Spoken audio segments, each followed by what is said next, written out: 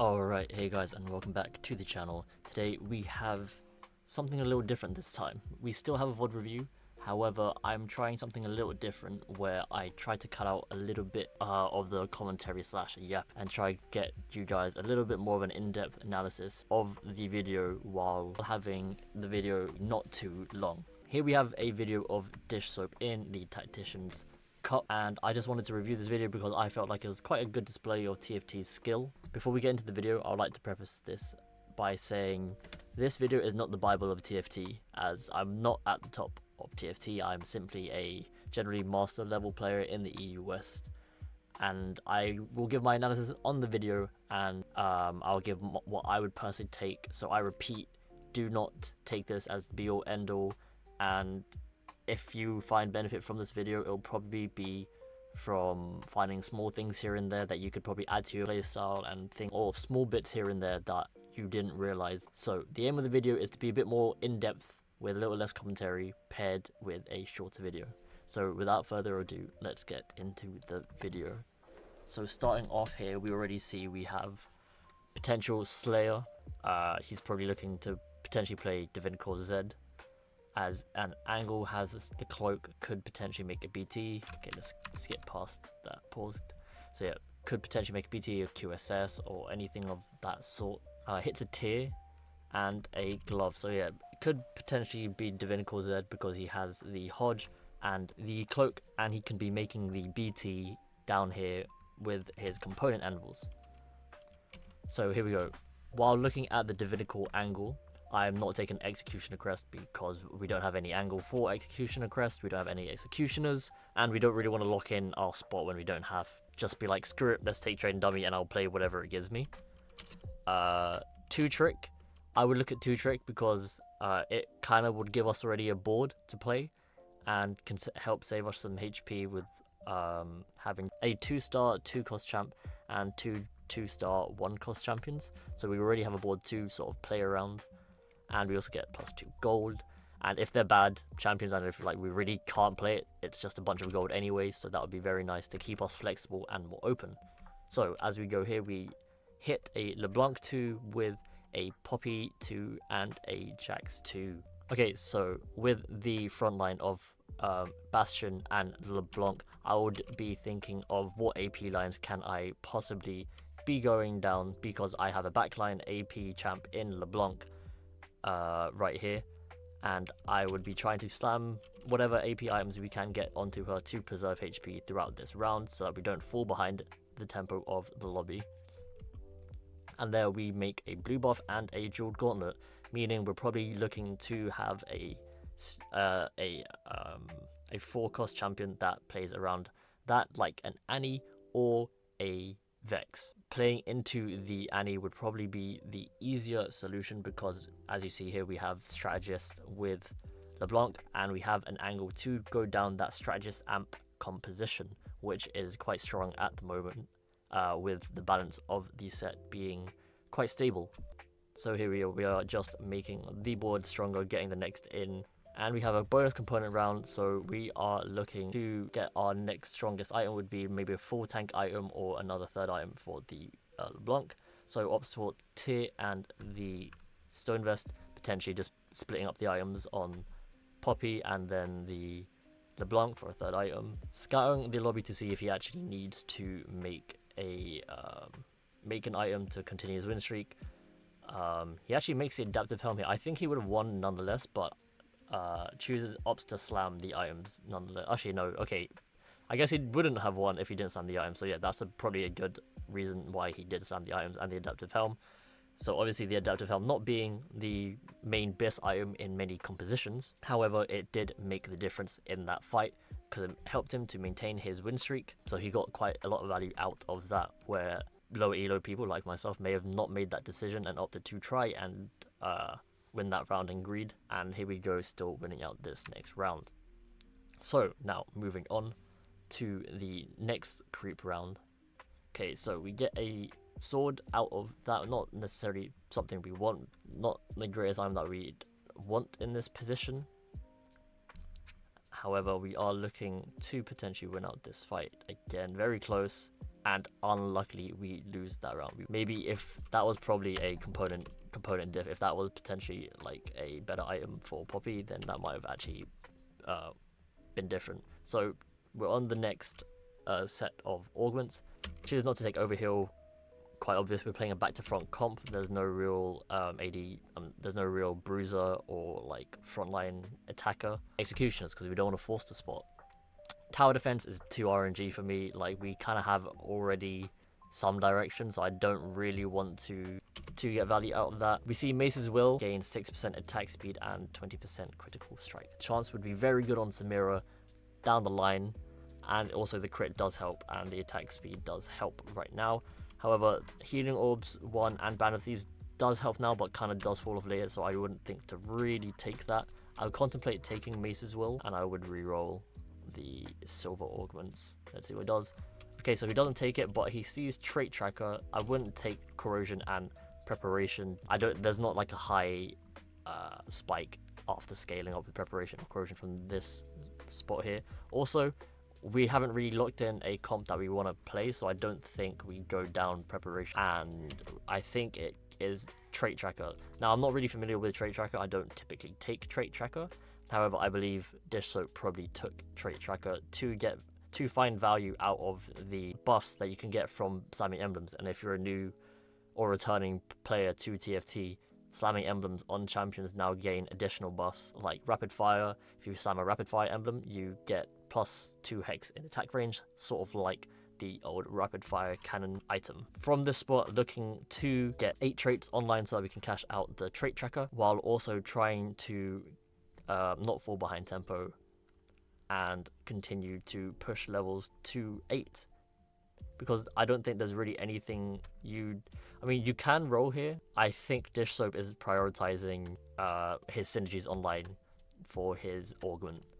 So here we go. Okay, he actually gets the Nico, which is nice for his strategist comp. Yeah, he didn't roll, surprisingly, because he does actually have a couple pairs, but I guess it's to obviously try and get units online. So he potentially goes to 7, right? Yep, goes to 7, trying to get as many traits online as possible. So yeah, not looking to roll in that position, because his main goal is not to necessarily buff his board for units that aren't necessarily going to be definitively in his comp. Opts to get in this, and he is 1, 2, 3, 4, 5, 6, 2 traits off, still trying to figure out how he can best get his traits online. So right now, trying to play the strongest board possible while keeping the units for his Trait Tracker on his bench. And do we get this win out? No, he ends up losing this round. So losing a little bit of HP while trying to get Trait Tracker online, but you really don't abandon that augment, because then you will be an augment down. Hits a Renekton in shop, and I'm sure he should take that, because he does have Bastion online, and it does add Divinicorp, if I'm not mistaken.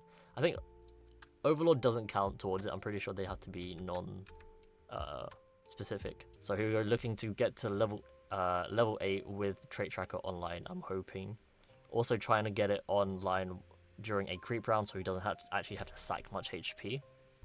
Here we go, he is leveling to 8, trying to get this board online. Ends up getting it online with Amp, Cyberboss, Strategist, Bastion, Golden Ox, Vanguard, Divinicorp, and not Slayer, what was that? Tech Heals. So there we go, we have the full traits online. Now we just need to play around with them, and we will get the cash out. So we're looking here, we've stabilized with a trying to stabilize with a 2-star Yumi for the time being. Trying to get the rest of the strategists online, really trying to hit that 2-star Nico, 2-star Ziggs, 2-star Annie, and we move on to the next augments. So we hit Final Ascension, which would be nice with that Divinicorp sort of angle comp. Not playing Sword Overflow because we really don't have an AD line. Would be contemplating the binary airdrop. Call to Chaos, it's a very fun augment, but doesn't see the value in taking that. I can't remember all the cash outs that you can get, but all I know is that you don't take Freaky Friday here because you already have your augment and it doesn't buff your comp at that much. You take binary airdrop here because it synergizes well with the trait tracker that you have along the left side here, because emblems that count as items, so by putting them on your units as pairs, they will get another completed item, which will in turn make the rest of his board stronger. because as you can see right here, his board right now doesn't actually have any strong backline carries that can really be strengthened with single items, so he chooses to have board strength in general with binary airdrop. So here we go. Although it is a little bit more RNG, currently right now we plan for the current state of what is going on, so we can preserve as much HP and play as well as we can. So here we go. We managed to get the Ziggs in, and we get the Kobuko in, so we can have the strategist board. So we do actually have a lot on our bench right here. The Renekton, and we do have the Rust. So he is holding these units, and there is a Renekton on carousel. So we are looking to potentially move on from the strategist comp and play around Divinicorp Vex, I think. If you're not up to speed on what that comp is, it revolves around like 4 Boombot with frontline, and you play your Vex with Urgot in the backline. So right now we're looking okay.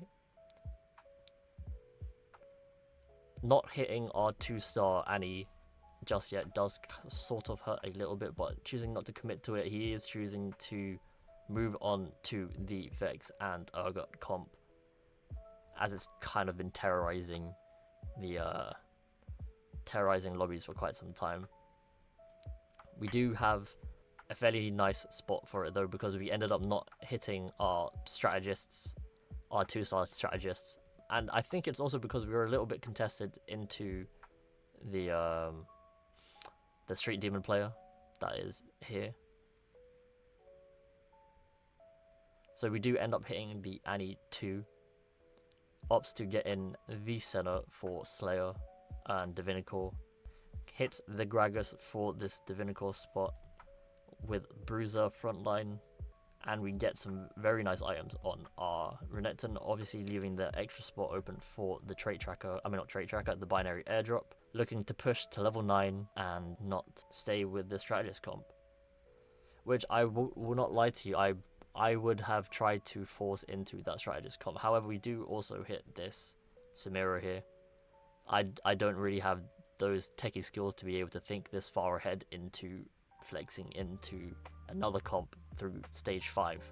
I sort of flex through stage 2, 3, and then 4 is sort of where I'm at. Stage 5, that is a whole different ballpark. But good job from what can you expect from the number 1 2-time world champion, you know? So here we are. I'm assuming we're looking to start our 5 cost Samira and try to hit the Vex and the Urgot. So let's move on. We're on the carousel. We also don't have any shred, which is a bit unfortunate.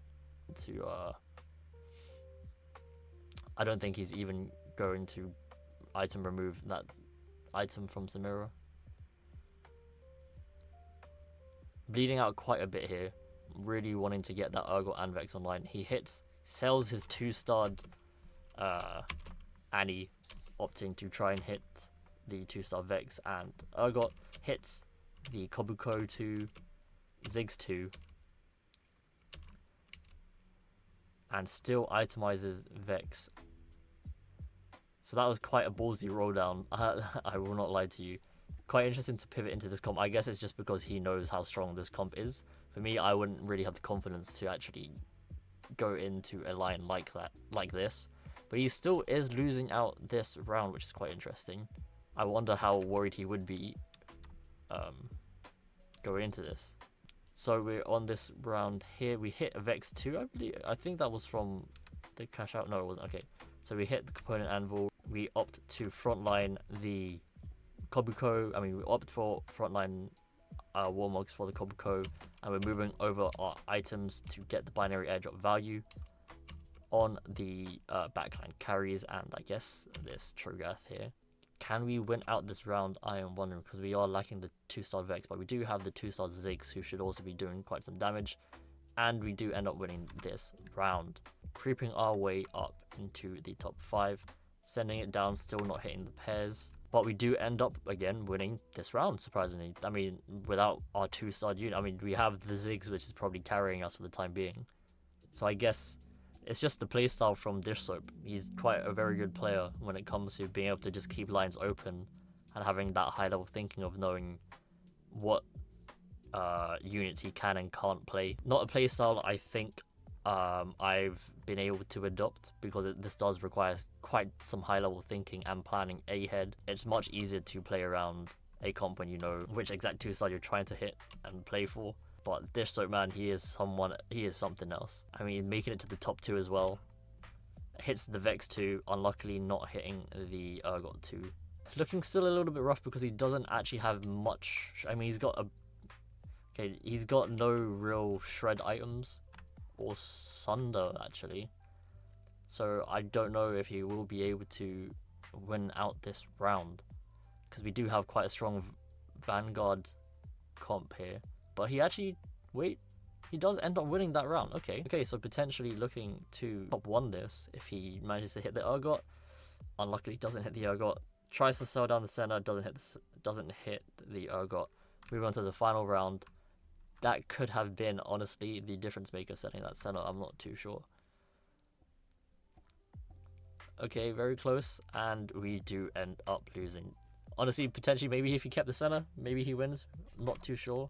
But I hope you guys enjoyed this different type of video. I've tried my best to try shorten down the video as much as I can. I hope you enjoyed. I put a bit more in-depth analysis, I guess, into the video, and I hope you appreciated that. I would very much appreciate if you like, subscribe, comment anything, and I'll see you guys in the next one. See ya.